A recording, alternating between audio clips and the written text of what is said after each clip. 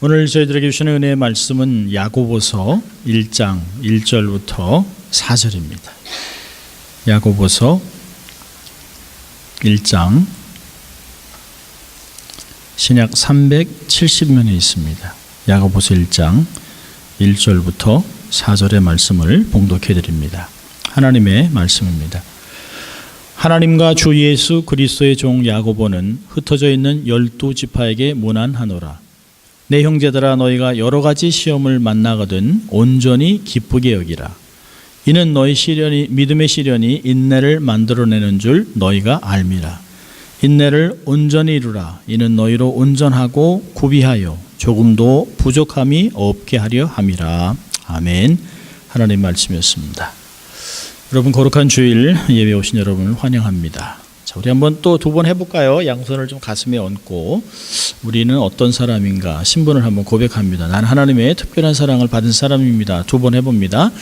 나는 하나님의 특별한 사랑을 받은 사람입니다. 나는 하나님의 특별한 사랑을 받은 사람입니다. 믿습니까, 여러분? 예, 우리는 그런 사람입니다. 세상의 말에 너무 신경 쓰거나 낙심하거나 분노할 이유도 없습니다. 우리는 어떤 사람인지 하나님만이 우리에게 말씀해 줄 수 있습니다. 자, 우리 한번 같이 한번 외쳐볼까요? 하나님을 기쁘시게, 사람을 행복하게. 우리가 하나님의 사랑을 특별히 받은 사람들이기 때문에 이렇게 삶을 살아갈 수 있습니다. 자, 오늘은 본문을 가지고 시험을 만나거든, 2절에 그 말이 있죠. 시험을 만나거든 라는 제목으로 말씀을 나누려고 합니다. 나뭇잎이 떨어지는 어느 가을날 한 여러 명이 대학생들이 누렇게 변한 풀밭에 앉아서 인생을 논했다고 합니다. 여러 학생들이 얘기했죠. 인생은 일장춘몽이다. 인생은 연극이다. 인생은 나그네. 찐빵 최희준이라는 사람이 인생은 나그네 길 노래한 그 얘기를 하기도 했습니다. 인생은 고해다. 인생은 나의 꿈을 실현하는 현장이다. 이렇게 여러 가지 얘기를 하는데 결론이 나질 않습니다. 그런데 그때 마침 그 대학교에 아주 저명한 철학 교수님이 지나가시고 있었습니다. 그래서 대학생들이 교수님 하고 불렀습니다. 교수님이 가방을 들고 이렇게 오셨어요. 교수님한테, 교수님, 우리가 인생은 무엇인가? 라고 이렇게 이야기를 나누는데 결론이 나질 않습니다. 교수님이 어떻게 좀 인생이 뭘까? 인생은 무엇인가에 대한 답을 주십시오. 근데 교수님이 학생들을 이렇게 보시더니 휙 가버리셨어요. 아무 얘기도 안 하시고. 그 학생들이 이거 뭐야? 그래서 그 다음날 학생들이 철학 강의에 우르르 몰려갔습니다. 그리고 이제 강의가 끝나고 교수님, 어저께 저희들이 인생이란 무엇인가 해서 질문을 했는데 교수님이 아무 대답도 안 하고 가셨습니다. 근데 교수님이 아니, 자네들 무슨 소리인가? 내가 분명히 답을 줬는데. 아니요, 아무 말씀도 안 하고 가셨어요. 그러니까 교수님이 그러면 자세하게 잘 듣고 인생이란 뭔가 하는 답을 잘 들어보게. 그리고 이렇게 얘기하셨어요. 인생은 못 모르고 왔다가 휙 가는 거야. 철학자다워요. 인생은 정말 자기도 모르고 이게 못 모르고 왔다가 이렇게 훅 가는 것입니다. 인생은 오래 살진 않았습니다만 인생은 그냥 우리가 꽃길을 걷는 것은 아니잖아요. 아마 인생에 항상 탄탄대로를 달리고 늘 행복하고 늘 기쁨만 있었다라고 하는 사람은 아마 솔직하지 못한 것 같습니다. 나름 고백하지 못하지만 각자가 겪었던 인생의 고난들이 굉장히 많을 것이에요. 나이가 먹을수록 그 인생의 고난은 점점 깊어졌습니다. 그러면서 이야기하죠. 아이고, 언제나 이 인생이 고난이 끝날 수 있을까? 우리는 우리의 인생에 고난이라고 하는 우리가 초청하지도 않고 우리가 바라지도 않고 좋아하지도 않는 그 원치 않는 손님이 우리의 삶을 자꾸 찾아오는 것을 보게 됩니다. 풀어야 할 문제가 많죠. 극복할 장애물은 너무너무 많습니다. 어느 노병은 이렇게 얘기했습니다. 인생은 마치 지뢰밭을 걷는 것 같다. 어디에 쥐레가 있는지 알지도 못하고 밟았다가는 치명상을 얻게 된다라고 하는 얘기를 했습니다. 고난은 산 넘어 산입니다. 하나의 문제가 해결되면 또 다른 문제가 찾아옵니다. 모세는 시편 90편 10절에 이렇게 얘기합니다. 우리의 연수가 70이요 강건함은 80이라도 그 연수의 자랑은 수고와 슬픔뿐이요 신속하게 가니 우리가 날아가나이다. 인생을 돌아보니까 한순간에 착 주마등같이 지나갑니다. 근데 돌아보니까 인생은 수고와 슬픔뿐이다. 아무것도 자랑할 게 없다는 것이에요. 야곱도 애굽에서 바로가 나이가 몇이냐라고 물어봤을 때 자기가 이렇게 얘기합니다.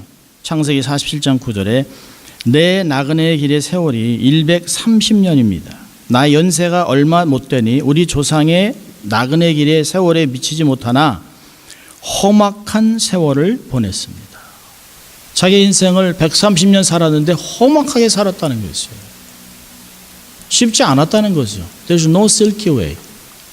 인생은 쉽게 가는 길이 없어요. 정도로 가지만 각자에게 주어진 길에 맡겨진 어려움들을 다 겪습니다. 인생을 조금만 살아봐도 인생이 쉽지 않다는 것을 알 수 있어요. 여러분 가끔 어른들이 애들을 보면 이런 얘기를 합니다. 야, 너희는 참 좋은 때 태어났어. 좋은 때 태어나서 니들이 무슨 걱정이 있겠냐, 무슨 고난이 있겠냐. 배고프면 빵 사 먹어, 햄버거 사 먹어. 그러나 아이들도 고난이 있어요. 여러분 좋은 때라는 없습니다. 사람은 누구나 자기가 지나가는 시간에 항상 어렵다고 생각합니다. 저는 군대를 안 갔다 왔습니다만은 군대를 갔다 온 사람들 얘기하면 자기가 겪은 군대가 제일 어렵습니다. 제일 어려워요. 학교도 그렇잖아요. 우리 학교 다닐 때 정말 어려웠다고 얘기합니다. 각자가 자기들이 얘기하는 것이에요. 모순 같지만 사실은 사실입니다. 자기들이 겪은 고난에 대해서 이야기를 하는 것이에요. 오늘부터 야고보서를 본격적으로 강의를 합니다. 야고보서는 1절을 보면 이렇게 얘기하고 있어요. 하나님과 주 예수 그리스도의 종 야고보는 흩어져 있는 12지파에게 라고 문안하고 있습니다. 그렇다면 흩어져 있는 모든 유대인 믿는 성도들에게 편지를 쓴 것이에요. 흩어져 있는 이유가 뭘까요? 핍박 때문에 그런 것입니다. 예수 믿는 것 때문에 핍박을 당해서 자기가 있는 곳에서 삶의 터전에서 쫓겨난 사람들입니다. 요즘 같으면 아이시스 또 이렇게 알카에다 극단적인 그 무슬림들을 피해서 도망간 기독교인들과 같습니다. 하루아침에 갑자기 믿음 때문에 예수 믿는 것 때문에 하나님의 말씀을 순종한다고 하는 것 때문에 자기의 삶의 터전에서 쫓겨나서 아무것도 가지지 못하고 온 세상에 난민으로 흩어져 있습니다. 여러분 보면 2절에 너희가 여러 가지 시험을 만나거든이라고 시험을 하는 이야기는 시험은 헬라말로 페이라스모이스라는 단어를 쓰는데요. 내면으로부터 오는 갈등, 유혹 이런 걸 얘기하는 것이 아니에요. 외부에서 내 삶에 갑자기 쳐들어온 시련을 이야기합니다. 시험이나 고난을 좋아하는 사람은 이 세상에 아무도 없습니다. 그러나 이 삶에 다가오는 시험에 대해서 우리가 바른 이해함을 가지면 지혜롭게 대처할 수 있습니다. 자, 우리가 성경은 시험에 대해서 바른 이해를 합니다. 첫째로 시험에 대해서 가르쳐주는 교훈은 뭐냐면 시험은 누구에게나 찾아온다는 것이에요. 모든 흩어져 있는 성도들입니다. 시험과 고난은 예고도 없이 찾아옵니다. 초대도 받지 않는 손님이에요. 아무도 고난은 내게 오라고 얘기하지 않습니다. 가능하면 피하고 싶죠. 편하게 가고 싶은 것이 인생입니다. 그런데 여러분 고난이라고 하는 것은 내가 살아있다고 하는 증거예요. 살아있기 때문에 고난을 느끼는 것이에요. 살아있기 때문에 통증을 느끼는 것이에요. 죽은 자에게는 시험이나 고난이나 고통은 없습니다. 로즈힐 가보세요. 장지를 가보세요. 공원묘지에 가면 관에 누워있는 분들이 비가 온다고 뭐 삭신이 쑤신다 이렇게 고민하지 않습니다. 뭐 음산한 날 막 시끄럽지 않아요. 고통 때문에. 어르신들이 날씨가 좀 찌뿌듯하면 이렇게 하면서 내일 비가 오려나 합니다. 근데 제가 수술하고 나서 다리를 이렇게 아프고 나서 의사가 저한테 한 얘기가 있어요. 이 다리가 온전해지더라도 평생 관절염을 달고 살 것입니다. 근데 날씨가 좀 찌뿌듯하면요, 벌써 다리가 얘기를 합니다. 찡. 근데 살아있으니까 느끼는 것이에요. 살아있으니까. 시험은 살아있는 사람들에게만 있습니다. 죽은 사람은 시험이 없어요. 여러분, 죽은 정신, 죽은 인격, 죽은 믿음의 사람에게는 마귀의 시험이 오지 않습니다. 삶의 시험이 없어요. 사단은 쉽게 삼킬 수 있는 불신자들에게는 시험을 주지 않습니다. 이 땅에서 쾌락과 모든 것을 즐길 수 있도록 해요. 그러나 예수를 믿고 이 땅에서 새롭게 삶을 살아가려고 하는, 하나님의 거룩을 삶에서 덧입고 살려고 하는 사람들에게는 일체 모든 것을 동원해서 시험을 준다는 것이에요. 그렇다면 시련의 고통은 가장 훌륭한 그리스도인들에게도 있을 수 있습니다.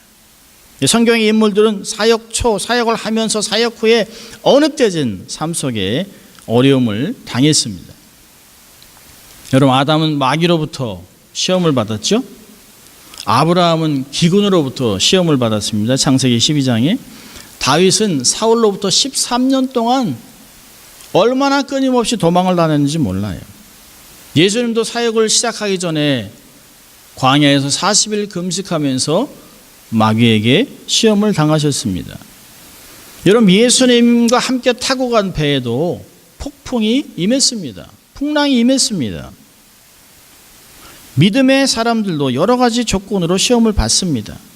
가장 큰 기쁨을 누릴 수 있는 헌신된 사람에게도 정말 고통스러운 시간을 지나갈 수도 있어요. 우린 가끔 그럽니다. 어떻게 목사에게, 아니 어떻게 장로님에게, 아니 어떻게 저런 삶을 헌신한 20년 된 선교사에게, 아니 어떻게 밤낮 기도하고 헌신된 저 사람들에게 고난이 올까? 놀라지 마세요. 비판하지도 마세요. 정죄하지 마세요. 우리는 쉽게 인과응보라고 하는 마음을 갖고 있습니다. 아니땐 굴뚝에 연기 날까? 아닙니다. 그렇게 삶을 바라보면 안 돼요. 뭐 목사도, 저 장로님도, 저 사람도 뭔가 잘못됐으니까 그렇지? 아닙니다. 그 사람의 삶을 보고 우리는 절대로 판단하면 안 돼요. 아무도 모르는 것이에요. 오직 하나님만 알고 계십니다. 그저 기도하는 것이에요. 시험을 잘 극복하고 승리할 수 있도록 고난을 당하고 있는 동료들을 위해 기도해 줘야 하는 것입니다. 자, 따라하십시다. 시험은 누구에게나 찾아온다. 그렇죠? 옆에 있는 분에게도, 나도, 모든 사람에게 찾아와요. 설교를 전하고 있는 목사에게도 시험은 찾아옵니다. 자, 두 번째는요, 시험에 대한 바른 이해는 시험은 다양하게 옵니다. 2절을 보면 얘기하죠. 우리 2절 같이 읽습니다. 내 형제들아, 너희가 여러 가지 시험을 만나거든 온전히 기쁘게 여기라. 시험이 다양하게 온다는 것이에요. 마귀를 통해서 질병, 물질, 어려움, 사람과의 관계, 핍박, 환경, 욕망 통해서 다양하게 옵니다. 한 방향으로만 온다면 우리가 딱 막아서면 돼요. 그런데 언제, 어디서, 어떻게, 어느 방향에서 올지 전혀 모르는 것이에요. 우리가 깜짝 놀란 이유가 뭘까요? 아니 네가 나한테 어떻게, 아니 어떻게 이런 일이 생기는 거야? 아니 내가 그렇게 평생을 믿었던 사람에게 배신당하는 이런 일들이 막 벌어지는 것이에요. 생각지도 못한 차가 툭 걸어가는 사람을 칩니다. 누가 생각을 했겠어요? 오늘 아침에 차가 나에게 조심해야지. 그런 일이 없어요.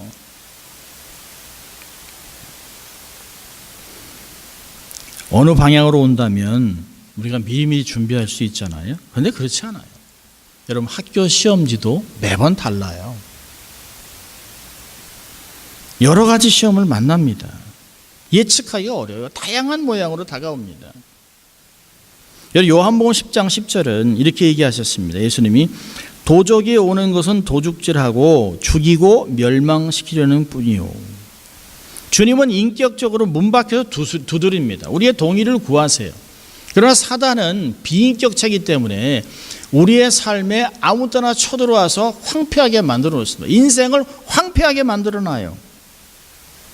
우리의 삶을 초토화시킵니다. 그래서 사도 바울은 우리가 하나님의 전신갑주를 입으라고 얘기하고 있습니다. 깨어라, 기도하라, 사단을 대적하라 얘기하고 있습니다. 경건의 줄을 늦추면 안 돼요. 우리가 늘 조심해야 될 것은 우리의 약한 곳, 무너진 곳을 수축해 놓아야 합니다. 무너진 틈을 잘 봐야 돼요. 늘 사단은 틈을 타고 들어옵니다. 이 정도면 괜찮지 않겠나? 여러분, 틈이라는 게 어떤 것일까요? 창문을 꼭꼭 닫아놨는데도 그 문틈을 통해서 바람이 살살 들어옵니다. 틈이라는 건 그런 것이에요. 완벽하게 우리가 막을 수 없지만 주님의 도움으로 하나님의 전신갑주를 입고 경건의 줄을 딱 메고 있는 것이에요. 무너진 부분을 수축해야 됩니다. 나의 가장 약한 부분은 어딜까? 이게 게으름일까? 너무 재물에 대해 집착하는 것인가? 관계에 집착하나? 음란한가? 불필요한 습관인가? 이런 것들을 잘 봐야 됩니다. 그리고 그 약한 부분을 우리가 막아서야 하는 것이에요. 없애야 되는 것이에요. 에베소 4장 27절에 얘기합니다. 마귀로 틈을 타지 못하게 하라.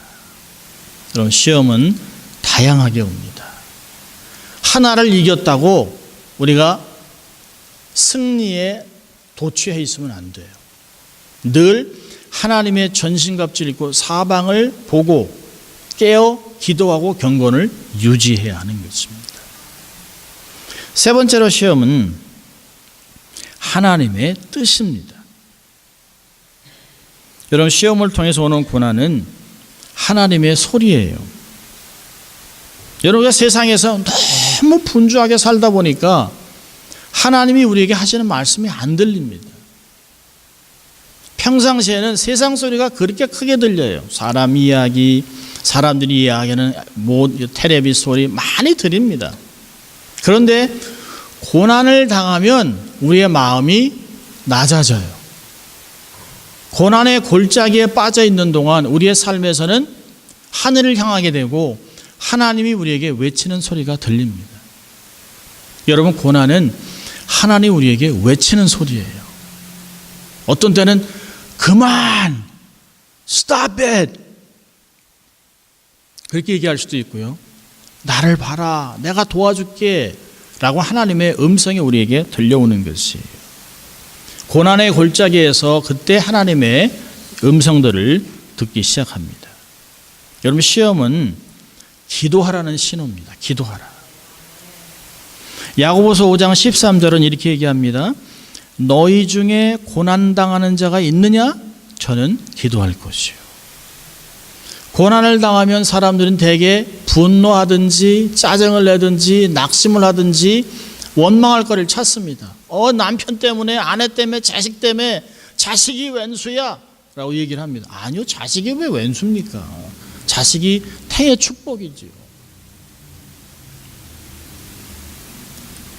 여러분, 우리가 기도할 때, 고난당할 때 무슨 기도를 해야 될까요? 한 4가지가 있다고 저는 생각하는데요. 첫째로는 하나님, 혹시 제 삶에 숨은 죄가 있나요? 내가 그냥 방치하고 살아갔던, 나도 모르고 이게 관심을 두지 않았던 숨어있는 죄가 있나요? 하나님이 그걸 다스리시려고 합니까? 물어봐야 합니다. 두 번째로는요, 하나님이 시험을 통해서 내가 배워야 할 것이 무엇입니까? 무엇을 배워야 합니까? 하나님 무엇을 가르쳐주기 위해 제 인생을 멈추셨습니까? 왜 스탑 사인을 두셨습니까? 하나님 뭔가 있잖아요, 목적이. 세 번째로는 하나님 좌절하지 않도록 힘을 주세요. 하나님이 스탑 시켜놓은 것 때문에, 그것 때문에 낙심하고 좌절하고 포기하지 않도록. 네 번째로는 하나님이 준비한 영광은 무엇입니까를 기도해야 합니다. 하나님 이것을 잘 마치고 나면 어떤 상급, 어떤 영광, 내 삶에 새롭게 하실 업데이트할 것이 뭔가요? 라고 기대감으로 벅차야 하는 것이에요. 시험은 하나님 우리에게 기도해라. 여러분 기도하면 항상 하나님은 기도하면 응답한다. 하나님이 좋은 것 주신다. 하나님이 거저 기도시키지 않습니다. 하나님 우리의 무릎을 꿇게 할 때는 반드시 우리의 삶을 업그레이드 하기 위해 준비하신 것들이 있어요. 자, 이렇게 시험에 대해서 바른 자세를 가지면, 우리가 이해를 하면 어떻게 우리는 자세를 가져야 할까요? 첫째로는 시험에 대한 자세는 2절에 얘기합니다. 온전히 기쁘게 여기라. 기쁘게 여기라. 왜요? 시험 후에는 반드시 상급이 있어요. 우리가 보지 않았습니다. 12절에 보니까 시험을 참는 자는 복이 있도다. 이것의 옳다 인정함을 받은 후에 주께서 자기를 사랑하는 자들에게 약속하신 생명의 면류관을 얻을 것임이니라. 아멘. 반드시 상급이 있어요. 시험 후에는 상급이 있기 때문에 기뻐하라는 것이에요. 또한 시험 후에는 성장이 있기 때문에 기뻐하라는 것이에요. 여러분 우리가 growing pain이라고 하잖아요. 어릴 때 보면 애들이 막 아프다 그래요. 뼈가 자라기 위해서 쑥쑥 자라니까요. 막 여름에 그냥 막 1인치 2인치씩 막 자랍니다. 막 쑥쑥 자라요. 하나님을 의뢰하는 법을 배우게 됩니다. 세 번째로는 시험 후에는 우리의 인격이 변화돼요. 아주 성숙해집니다. 여러분 욥기 23장 10절은 이렇게 얘기합니다. 나의 가는 길을 오직 그가 아시나니 그가 나를 단련하신 후에는 내가 정금같이 나오겠다. 내 삶의 불순물이 제거된다는 것이.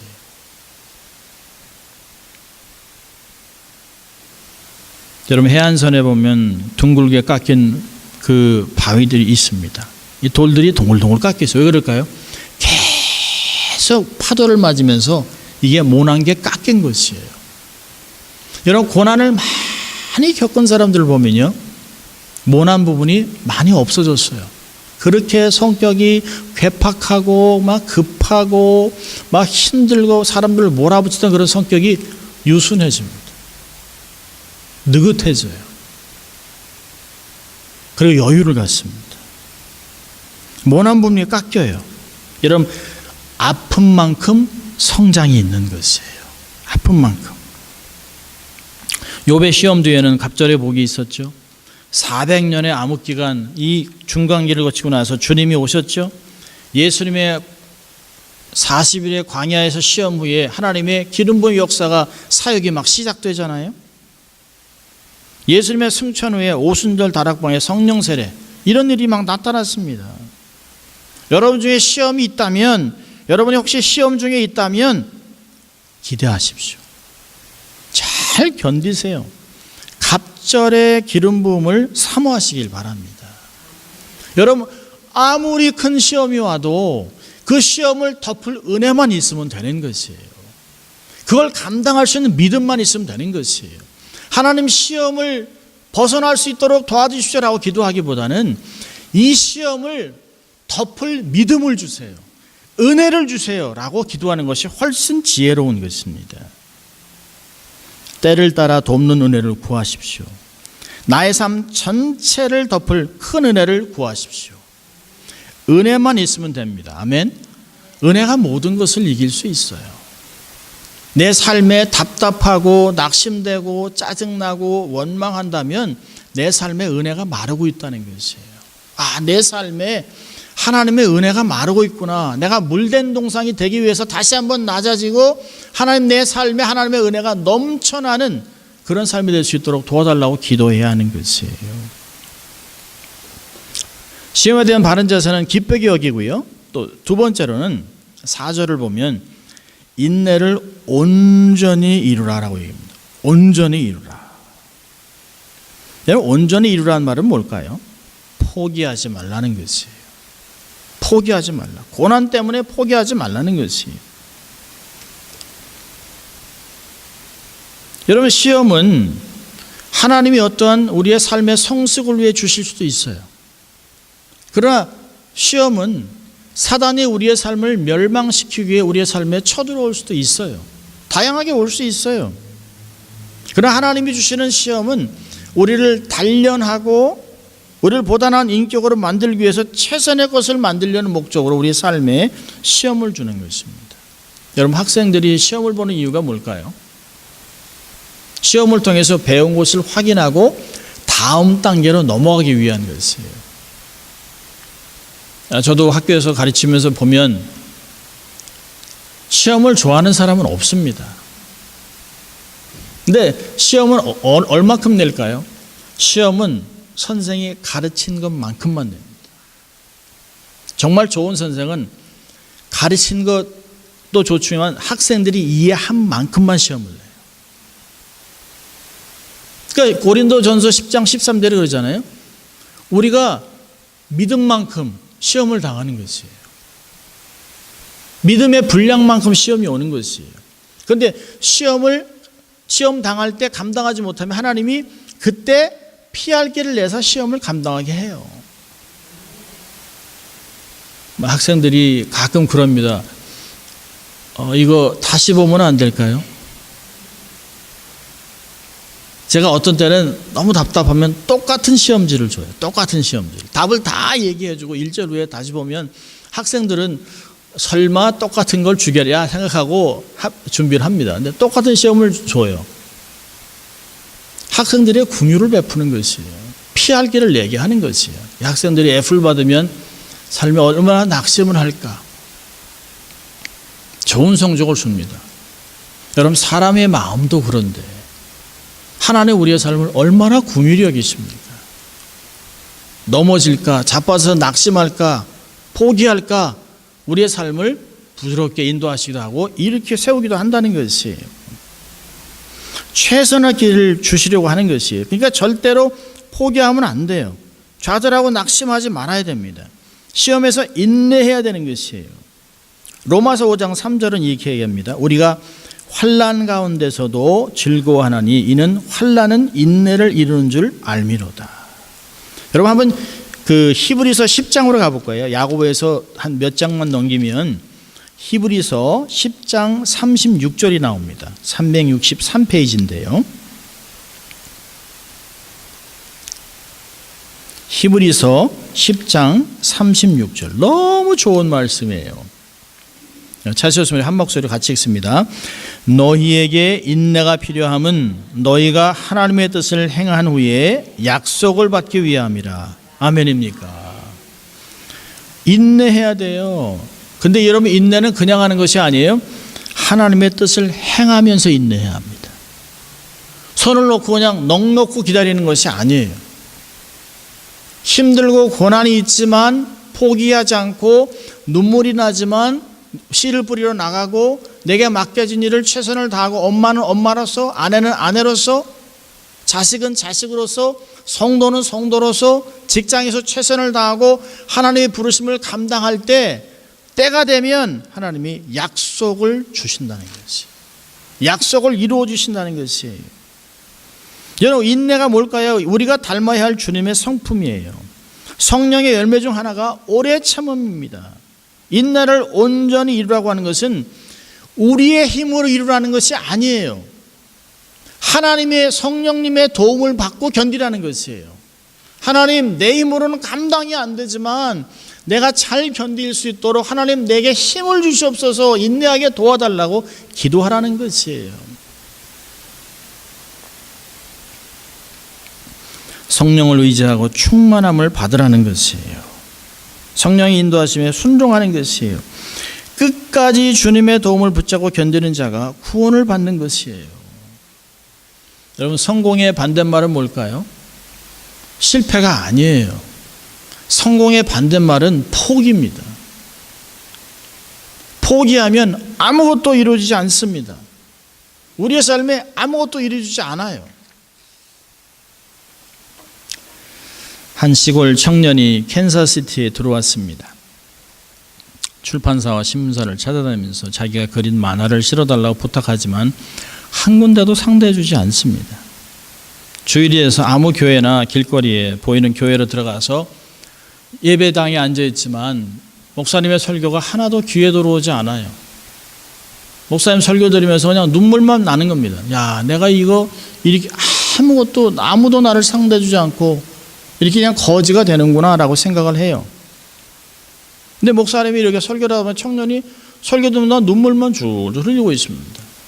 그래서 끝나고 인사하고 이 사정을 물어보니까 좀 너무 딱해서 갈 데도 없으니까 그렇다면 교회 창고에서 지내면서 일을 하다가 교회를 좀 돕다가 교회 일을 좀 보면서 여기서 먹고 자고 하라고, 그리고 용기를 잃지 말라고 그랬습니다. 하나님이 자기 자녀를 사랑하니까 절대로 낙심하지 말아라 격려했습니다. 교회 창고에는 막 밤낮을 가리지 않고 쥐가 많이 다닙니다.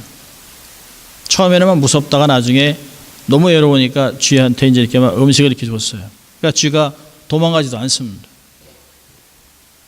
이렇게 쥐들을 보니까 재미있어요. 귀엽기도 하고. 그래서 그거를 카툰 캐릭터로 그렸습니다. 그게 바로 미키 마우스입니다.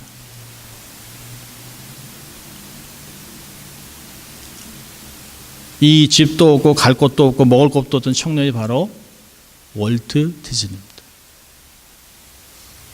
여러분, 인생은 모르는 것이에요. 모르는 것이에요. 포기하지 않습니다. 그가 포기했다면, 시골로 돌아가서 농사를 지었다면 월트 디즈니는 없었습니다. 그러나 하나님이 때를 따라 돕는 은혜를 통해서 그에게 장소를 제공해서 힘들지만 극복하고 하면서 하나님이 그에게 눈을 열어 새로운 길을 갈 수 있도록 주셨기 때문에, 견뎠기 때문에 그의 삶이 새롭게 변한 것입니다. 우리도 절대로 낙심하면 안 됩니다. 포기하면 안 됩니다. 우리가 이 고난에 대해서 시험에 대한 바른 자세를 갖고 우리가 잘 대처를 하면 우리의 삶이 온전하고 구비하여 조금도 부족함이 없게 된다라고 4절은 이야기하고 있습니다. Lack nothing.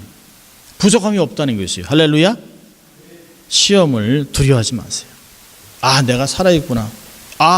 내가 하나님께도 관심이 있고 사단도 눈여겨보고 있구나. 내가 중요한 사람이에요. 관심이 없으면 쳐다보지도 않습니다. 죽은 시체는 발로 차지도 않습니다. 시험이 있다는 건 하나님도 관심이 있고 사단도 관심이 있는 것이. 시험을 바르게 이해하세요. 어디로 오는가 분별하세요. 그리고 하나님을 신뢰하세요. 시험을 극복하고 나면 받을 상급을 기대하십시오. 그래서 인내해서 온전한 삶으로 인도함 받는 여러분 될 수 있기를 주의 이름으로 축원합니다. 기도하겠습니다. 하나님 아버지, 감사합니다. 오늘도 저희를 예배자로 초청해 주시고 말씀으로 다시 한번 격려하시고 위로해 주신, 힘 주신 주님께 감사를 드립니다. 하나님, 우리가 겪고 있는 삶의 현장에서 최선을 다하고 주를 바라보는 가운데 하나님의 도움으로 극복하고 더 나은 삶으로 하늘을 향해 달리며 많은 사람에게 축복의 통로가 되는 저희들 다 될 수 있도록 하나님 축복하여 주시옵소서. 감사하고 예수님 이름으로 기도합니다. 아멘. 다 함께 일어나